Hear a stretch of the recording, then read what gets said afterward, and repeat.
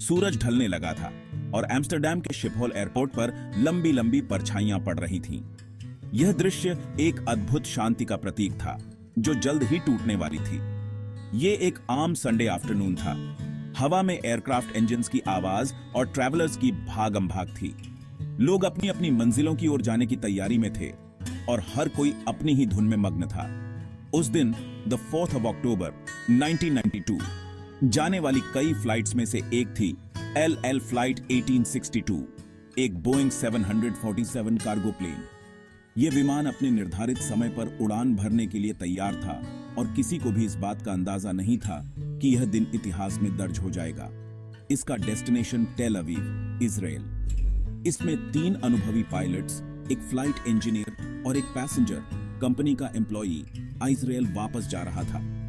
यह एक सामान्य उड़ान की तरह लग रहा था, लेकिन इसके पीछे की कहानी कुछ और ही थी।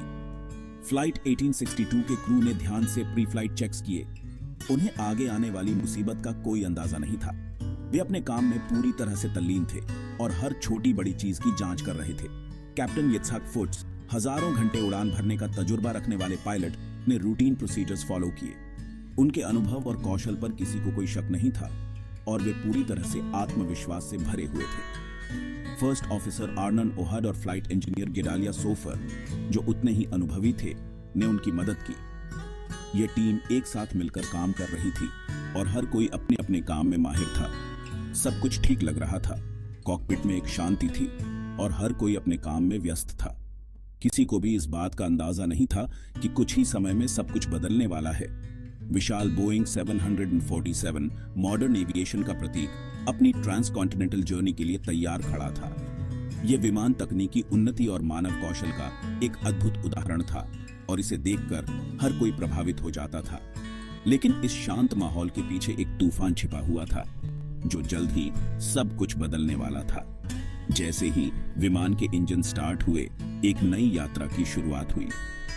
यह यात्रा केवल एक स्थान से दूसरे स्थान तक की नहीं थी, बल्कि यह एक कहानी थी जो इतिहास में दर्ज होनी थी। इंजन की गड़गड़ाहट और विमान के टेकोनफ की तैयारी ने एक नई ऊर्जा भर दी थी। एयरपोर्ट पर बाकी यात्रियों की हलचल जारी थी। हर कोई अपनी अपनी उड़ानों के लिए तैयार हो रहा था और किसी को भी इस बात का अंदाजा नहीं था कि कुछ ही समय में एक बड़ी घटना घटने वाली है। यह एक सामान्य दिन की तरह लग रहा था, लेकिन यह दिन सामान्य नहीं था। एयर ट्रैफिक कंट्रोल टावर में भी सब कुछ सामान्य लग रहा था। कंट्रोलर्स अपनी अपनी स्क्रीन पर नजरें गड़ाए हुए थे और हर उड़ान की निगरानी कर रहे थे। यह उनकी दिनचर्या का हिस्सा था और वे इसे पूरी निष्ठा से निभा रहे थे। जैसे ही विमान ने रनवे से उड़ान भरी, एक नई यात्रा की शुरुआत हुई। यह यात्रा केवल एक स्थान से दूसरे स्थान तक की नहीं थी, बल्कि यह एक कहानी थी जो इतिहास में दर्ज होनी थी। इंजन की गड़गड़ाहट और विमान के टेकोनफ की तैयारी ने एक नई ऊर्जा भर दी थी। सूरज ढल रहा था और एयरपोर्ट पर एक अद्भुत शांति थी। यह शांति एक तूफान से पहले की थी और किसी को भी इस बात का अंदाजा नहीं था कि कुछ ही समय में सब कुछ बदलने वाला है। यह था द काम before the storm. Local time के हिसाब से शाम 6:22 पर LL फ्लाइट 1862 को टेक ऑफ की क्लियरेंस मिल गई। यह एक सामान्य दिन था और एम्स्टर्डम के शिपहोल एयरपोर्ट पर सब कुछ सामान्य रूप से चल रहा था। 4 शक्तिशाली प्रैट एंड विटनी इंजन्स तेज आवाज के साथ चालू हुए। जैसे ही इन इंजनों ने अपनी पूरी शक्ति प्राप्त की, विमान ने धीरे धीरे गति पकड़ी। इन इंजनों की गर्जना ने यह संकेत दिया कि विमान उड़ान भरने के लिए तैयार है और विशाल एयरक्राफ्ट को रनवे पर आगे बढ़ाया। विमान धीरे धीरे रनवे पर आगे बढ़ा। जैसे ही यह गति पकड़ने लगा, यात्रियों और क्रू मेंबर्स ने अपनी सीट बेल्ट कस ली। ये ट्वाइलाइट स्काई में शानदार ढंग से उठा और डच कंट्री साइड के ऊपर अपनी चढ़ाई शुरू कर दी। विमान ने धीरे धीरे ऊंचाई प्राप्त की और नीचे की ओर फैले हुए खेत और नदियां एक सुंदर दृश्य प्रस्तुत कर रहे थे। फ्लाइट प्लान सीधा था, क्रूजिंग एल्टीट्यूड तक चढ़ना, यूरोप के ऊपर से साउथ ईस्ट की ओर जाना और फिर मिडिल ईस्ट की ओर बढ़ना। यह एक लंबी उड़ान थी, लेकिन सब कुछ योजना के अनुसार चल रहा था। कॉकपिट के अंदर का माहौल शांत था। पायलट और को पायलट अपने उपकरणों की जांच कर रहे थे और सुनिश्चित कर रहे थे कि सब कुछ सही ढंग से काम कर रहा है। फ्लाइट का शुरुआती फेज नॉर्मल था। विमान ने अपनी निर्धारित ऊंचाई प्राप्त कर ली थी और अब यह अपने मार्ग पर स्थिरता से उड़ रहा था। कैप्टन फुक्स, जो अपने शांत स्वभाव के लिए जाने जाते थे, अपने क्रू के साथ बातचीत कर रहे थे। वे अपने अनुभव और ज्ञान को साझा कर रहे थे और क्रू मेंबर्स को आश्वस्त कर रहे थे कि सब कुछ सामान्य है। वे मौसम, आने वाली छुट्टियों और पारिवारिक मामलों पर चर्चा कर रहे थे। यह एक सामान्य बातचीत थी जो अक्सर लंबी उड़ानों के दौरान होती है। फॉरवर्ड कैबिन में बैठे पैसेंजर ने लॉन्ग फ्लाइट के लिए अपने आप को कंफर्टेबल कर लिया। उसे आगे आने वाले खतरे का कोई अंदाजा नहीं था। यात्री ने अपनी सीट बेल्ट बांध ली थी और एक किताब पढ़ने में व्यस्त था, जबकि कुछ अन्य यात्री सोने की कोशिश कर रहे थे। विमान के अंदर का माहौल शांत और आरामदायक था और किसी को भी यह अंदाजा नहीं था कि कुछ ही समय में सब कुछ बदलने वाला है। Meanwhile, air traffic control tower में कंट्रोलर्स फ्लाइट पैथ्स को मॉनिटर कर रहे थे। वे सुनिश्चित कर रहे थे कि सभी विमान अपने निर्धारित मार्ग पर सुरक्षित रूप से उड़ रहे हैं। एयरक्राफ्ट ने अपनी क्रूजिंग एल्टीट्यूड प्राप्त कर ली थी और अब यह वास्ट स्काई में स्थिरता से उड़ रहा था। नीचे की ओर फैले हुए बादल और नीला आकाश एक अद्भुत दृश्य प्रस्तुत कर रहे थे। पायलट्स ने अपने फ्लाइट इंस्ट्रूमेंट्स को एडजस्ट किया और सुनिश्चित किया कि विमान सही दिशा में उड़ रहा है। वे अपने अनुभव और कौशल का उपयोग कर रहे थे ताकि उड़ान सुरक्षित और सुचारू रूप से जारी रहे। कैबिन क्रू ने रिफ्रेशमेंट सर्व करना शुरू कर दिया था और यात्री इन फ्लाइट सर्विस का आनंद ले रहे थे। यह एक सामान्य उड़ान की तरह लग रहा था, जिसमें सब कुछ योजना के अनुसार चल रहा था। जैसे ही सूर्यास्त हुआ, विमान की खिड़की से बाहर का दृश्य और भी सुंदर हो गया। सूर्य की सुनहरी किरणें विमान के पंखों पर पड़ रही थीं और यह दृश्य यात्रियों के लिए एक यादगार अनुभव बना रहा था। एयरक्राफ्ट स्मूथली ट्वाइलाइट स्काई में उड़ रहा था और यह दृश्य एक शांत और स्थिर उड़ान का प्रतीक था। लेकिन इस शांत माहौल के पीछे एक अप्रत्याशित घटना छिपी हुई थी जो जल्द ही सब कुछ बदलने वाली थी।